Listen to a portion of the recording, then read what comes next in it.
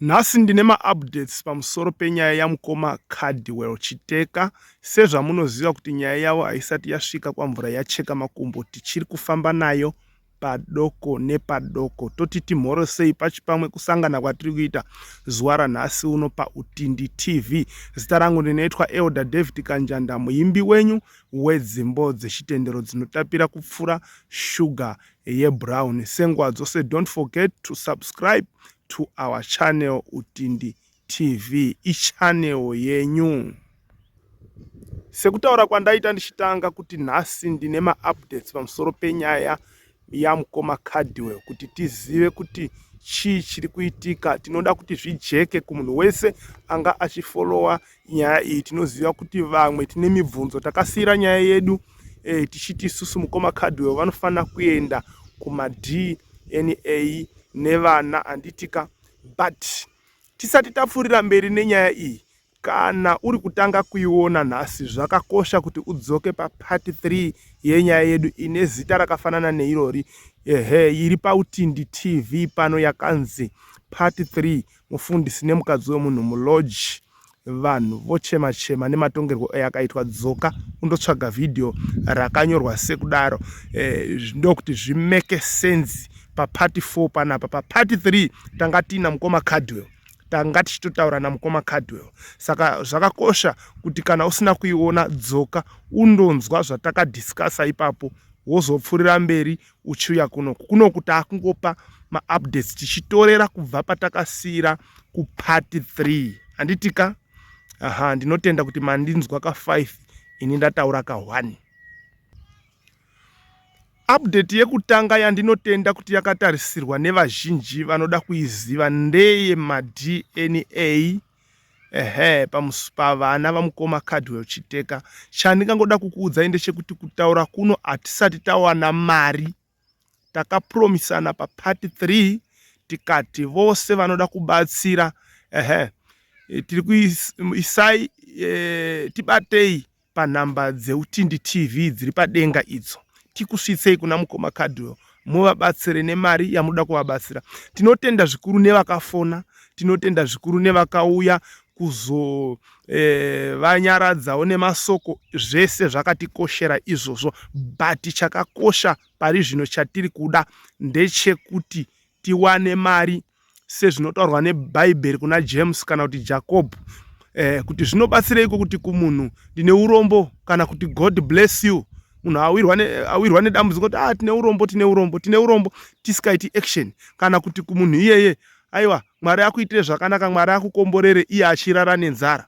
Bhaibheri rinobva rati kutenda kusina mabasa kwakafa. Abrahama akaruramiswa nekutenda. Kutenda kwaiva nemabasa, kukanzi kwaari ndiko kururama. Mabasa api? Mabasa ekutora Isaac kuenda naye kugomo kundomubayira, kunyange zvazvo Mwari akazoprovhaidha gwai, akazomuti ndimi Jehovha Rafa, akazorega kubayira mwana wake, asi akanga aita action. Zvakanakira nyaya dzekwamwari ndedzekuti ukazviita uchirevesa uchibatsira mukomana uyu, Mwari haadyi chinhu chemunhu mahara. Ndozvinotaura soko rake kuna Luke chapter 6:38, anoti ipai nemi muchapiwa. Saka please ndapota paupdate yedu iyi yekutanga ndiri kuti hatisatawana mari. Kune vakapromisa, handisati ndaziva kuti vati vaendesa here, but pandabva kutaura namukoma Cardwell vari kuti havasati vaona mari. Vari kuti sofa hapasati pawanikwa mari yati yadini yasvika kuitira kuti ma-DNA aitwe. Asi ndinotenda kuti muri vanhu vakanaka imimi, hamurasisi mukoma Cardwell, hamungavarasisi. Semarwadzirirwo amakaitwa iwaya akuchida action, kuti Mwari akuitirei zvakanaka. Ngatifurei mberi nema-updates edu.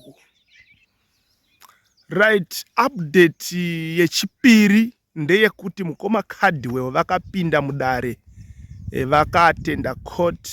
vakaatenda court musi weMonday, musi wa30 September, musi weMonday vakaatenda court kwaRusape. So iyoyo handisi kuda kukutaurirai ndega, ndoda kuti munzwe maaudio andakataura namukoma Cardwell Chiteka ndiri kuisa panapa. Ndisati ndabva panapa munzwe feedback yavakatipa yezvakaitika kukoti ikoko. Tiri kukupai maaudio kuti muzvinzwire mega zvakaitika, musanzwa second hand information. Ndoda kuti muzvinzwire first hand information kubva pamuromo wavo ivo Mukoma Cardwell. Saka ndichakupai maaudios ezvataitaura navo. So tisati taenda mberi kumaaudios, regai nditi nechikonzero chekuti Mukoma Cardwell vachipresenta nyaya yavo havana kubata mufundisi kuti red handed. Mufundisi vari kunzi vakabuda nepawindo, handiti? So mufundisi zvavari kunzi vakabuda nepawindo, zvinhu zvakazokonzera kuti nyaya iyoyi ichita seine kamhute, ichita seinopinza kaconfusion mukati, isare ine kakusagutsikana kune vamwe kuti aiwa kuti zvingava izvo, nokuti vamwe vari kutarisawo mutumbi wamufundisi, muviri una mufundisi. Ndikati mutumbi haisi shona yakanaka, nditi vari kutarisa muviri wamufundisi, makuriro avakaita. Sorry, ndandashandisa language isiyo, mundiregerewo ipapo. Vamwe vari kutarisa body kana kuti muviri wamufundisi, makuriro avakaita, vochida kuchitarisa kuti unokwana here paka 1 pen ka window kaya kaya. Ndezvine vamwe izvozvo. So nekuda kweizvozvo zviri kubva zvaisa mibvunzo yakawanda muvanhu, zviri kubva zvaisawo kusagutsikana mune vamwe kuti shuwa zvingaitika here izvozvo, kana kuti pane kunyeperana kuri kuitika panyaya iyoyo. Saka izvozvo zvese nemibvunzo iyoyo zvakakonzera kuti tiunganidze umbowo, humwe hwacho huri kubva kuvanhu, humwe hwacho hwatisati tapedza kuunganidza pari zvino, kuti tinyatse kuva nechokwadi chekuti zvinhu izvi zvakaitika here, uye mufundisi ava zveshuwa vakanga varipo here apa, vakazobudawo nepawindo apa here, zvese izvozvo, nekuti vaidanana here nemukadzi waMukoma Cardwell. So hatisi kuda kukupai, kukuonesai kana kukuudzai kuti tiri kushanda sei kuti tiunganidze umbowo ihwo, but ndiri kungokupromisai chete nekupai maupdates kune vari kubvunza nyaya idzodzo kuti no, don't worry, tiri kushanda nenyaya dzacho, tiri kufambira nyaya dzacho, tinoda kuti dzijeke kumunhu wese. Tisaita setaroverera mai Cardwell ava. Tinoda kuti kana vaine mhosva yavo yovabata zviri clear panapa, tichitaura kudai, tichitaurirana kudai, tichikurukura, ane nyaya yake yomubata akachena osarawo akadini, akangochena. Kana ari Cardwell ari wrong, ari wrong. Kana vari mai Cardwell vari wrong, vari wrong. Isu chatakavenga pano chivi, uye kana taona chivi chacho musafungoti tinorasa munhu, tinongozomubatsira. Kana muine mwana wenyu akaita tsvina zviya, munorasa here? Kana kuti munotora momugezesa, mowacha napkin momupfekedza zvinhu zvakachena? So isu ndo zvatinoita, hatirasi munhu anenge ashata kana kuti akanganisa chivi. Tisu anaani isusu tinorasa kana iye Kristu akauya kuzofira vatadzi? Kana Jesu akauya kuzofira vatadzi isu tovarasa? No, hatidaro. Tinongozosvika chete pakumugadzirisa. Nyangwe marriage yaputsika kuti uyu waenda kwake, uyu waenda kwake, vese tinenge tichingovada tichivabatsira nemazano nemasoko akanaka anoendesa upenyu kumberi. Handitika? Right, ndichiri ipapo ndiri kukumbirisawo zvikuru kune vanhu vari kupfuurira mberi vachitaura pamusoro pamambo Mutasa. Ndapota ngatitaurei mafacts, tisatukana. Handitika? Tisatukana, tese tiri vanhu. Hakuna munhu asingaiti mistake, kunyangwe wakura sei kana uine chigaro chakadini, munhu wese anoita mistake. Iye zvino iwewo wakatonditarisa, paripo chete pawakatombosvika pakutozvirwa uchiti ndaita sei, ndichinyanya man. Izvozvo kana wakatombozviita izvo zvinoreva kuti uri munhu, zvinoreva kuti zvinoitika. So uye hatisi kuti isusu vakatadza, uye hatisi kuti, nekuti zviya pa part 3 Mukoma Cardwell vakatitaurira kuti havasati vapedza, vakati vachazotishedza. Regai tiende pane mumwe aitaura ari panapa. Pane mumwezve aitaura panapa achiti, sei muchitarira divi rimwe chete, muchimira naCardwell chete, sezvinonzi mai mufundisi matovabata nemhosva. Aha, ipoindi yakanaka iyo, ndosaka ndakaitora panapa. Alright, kupindura munhu uyu ndekwekuti isusu madhozi edu akavhurika. Izvezvi tiri busy kutsvaga mai Cardwell. Ndati mai andipi pamashura mai Cardwell. Anditika munhu uyu anga achiti sei muchimira naCardwell sezvinonzi mai Cardwell matovabata nenyaya. So isusu ndo pandiri kuti tiri kutotsvaga mai Cardwell. Toda kuya navo panapa.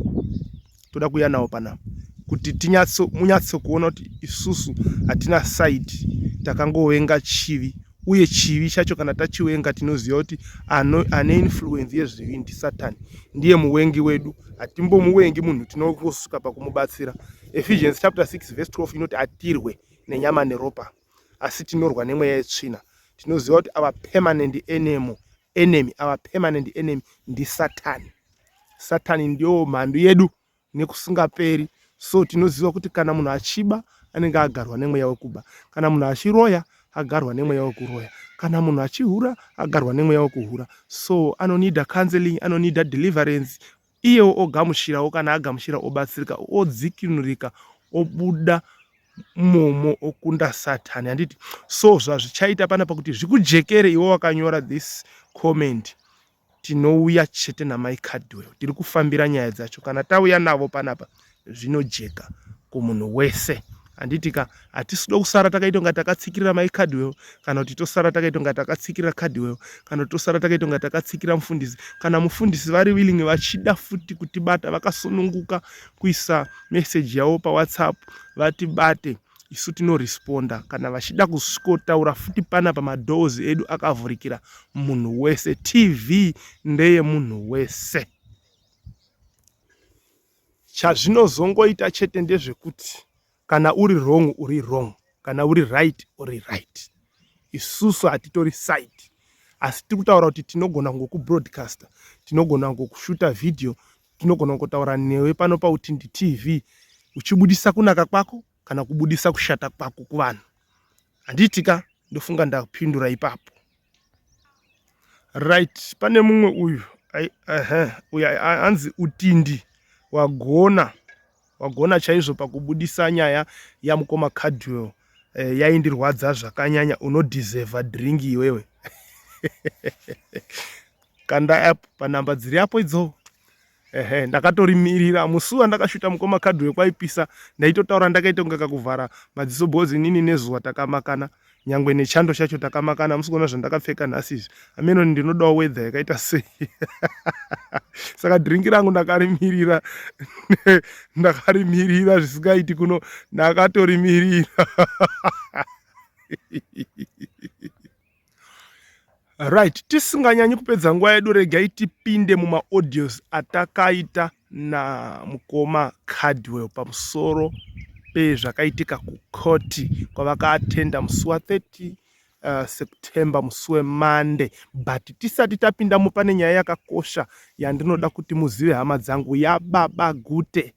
Kune vakaona video raBaba Gute ratakaisa a month ago, kune good news dziriko dzekuti izvezvi kutaura kunoku Baba Gute vari mubishu, vari busy kugadzirira muchato. Pane dzimwe nyaya dzekuti ukanzwa unoona kuti kudenga kuna Mwari. Kune vakanzwa nyaya iyi, kune vakaifollowa nyaya iyi, ndofunga kana ndangotaura nawe yekuti kuri kugadzirwa muchato. Watoona Mwari. Asi kana usina kuinzwa, zvinonetsa kunzwisisa kuti muchato, notunongoti muchato vanhu vari kungochataka. But kana usina kumboinzwa nyaya yacho yaBaba Gute, dzoka iri pachannel pedu panapa, yakanyorwa kunzi mai vangu vari kuda kuuraya mukadzi wangu, havade kuti ndirore.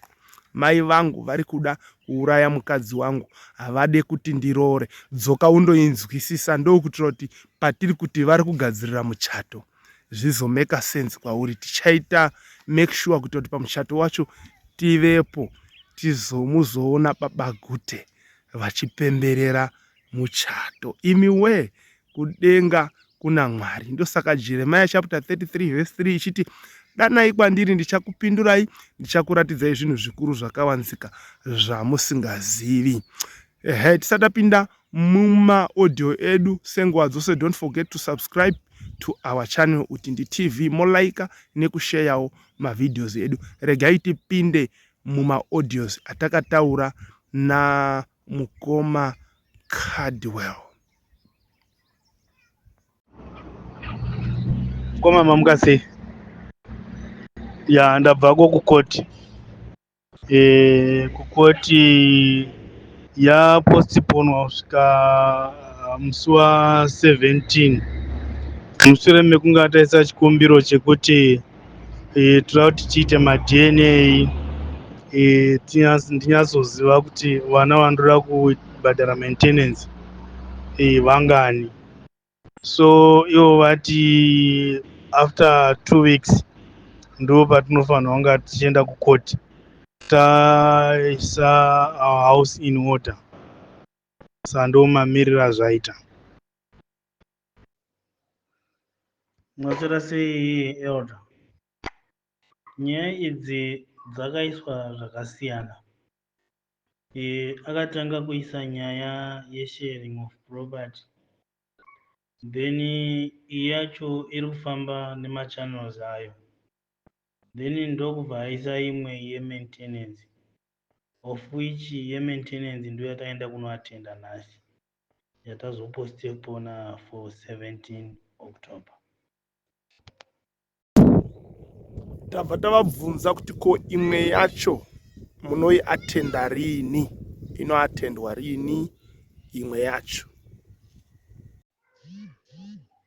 Iyo haisati yapuhwa date. Ndikuda kujekesa kune vaibvunza makore amukoma Cardwell kuti vakazvarwa gore ripi, mudzimai akazvarwa gore ripi, uye ivo vakazororana gore ripi. Kune vaicalculata ndofunga vaitira panyaya dzaitaurwa kuti dzingangoripotwa dzerepi, although isina kuripotwa zvayo, but takangogara tavabvunza makore avo ivo nemudzimai. Saka ngatimanzwei paaudio iri kutevera. Maswera semgo. Inini ndiri wa 21 January 1983. Then mudzimai ndiwa August 85. Handichanyatsora rangu date racho chairo. 2002 kunoona August September ndo patakaroorana.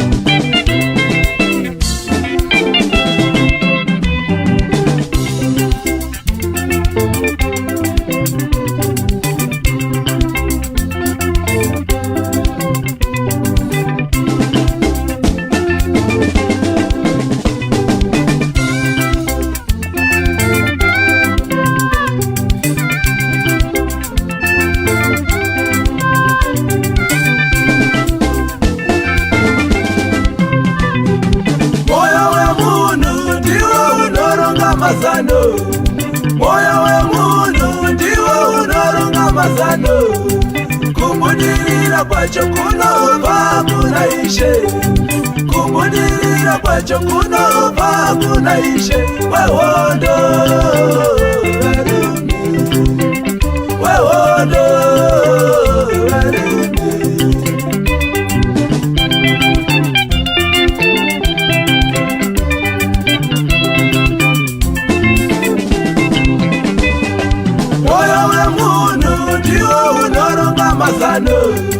moyo wemunhu ndiwo unoronga mazano, kubudirira kwacho kunobva kuna Ishe, kubudirira kwacho kunobva kuna Ishe. Wehondo wehondo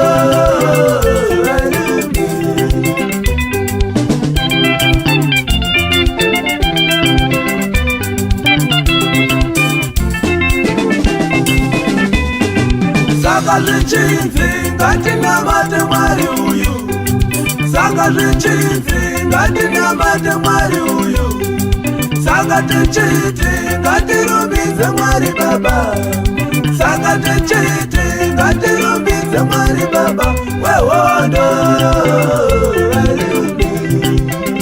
wehondo,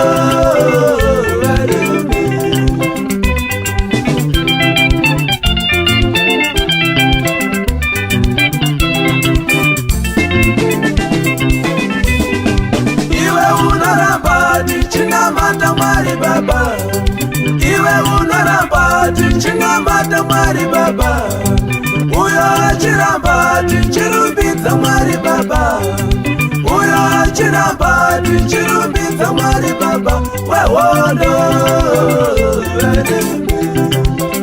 wehondo,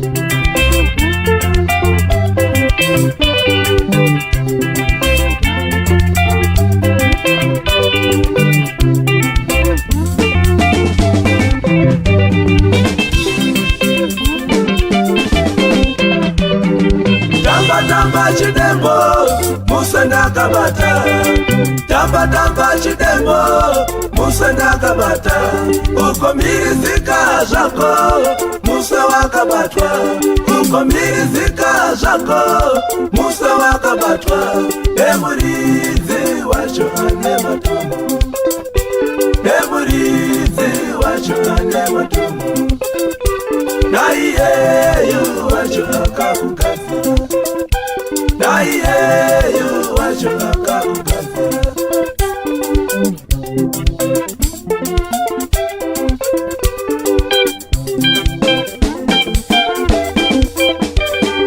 Tamba chidembo musenda kabata, tamba chidembo musenda kabata, ukomirizika zvako muse wakabatwa, ukomirizika zvako muse wakabatwa, emuridzi wacho ane matombo, emuridzi wacho ane matombo, naiyeyo wacho akakugadzira, naiyeyo wacho akakugadzira.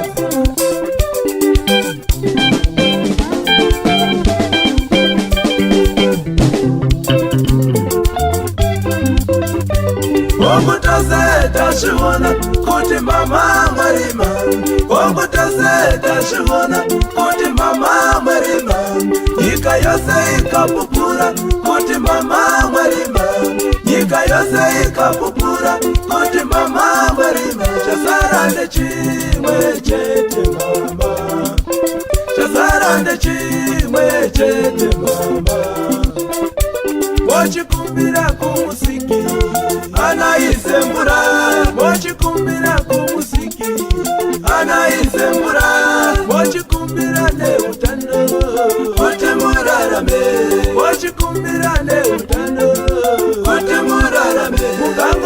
zvisiya kazvimwa izvi baba, mungangozvisiya kazvimwa izvi baba.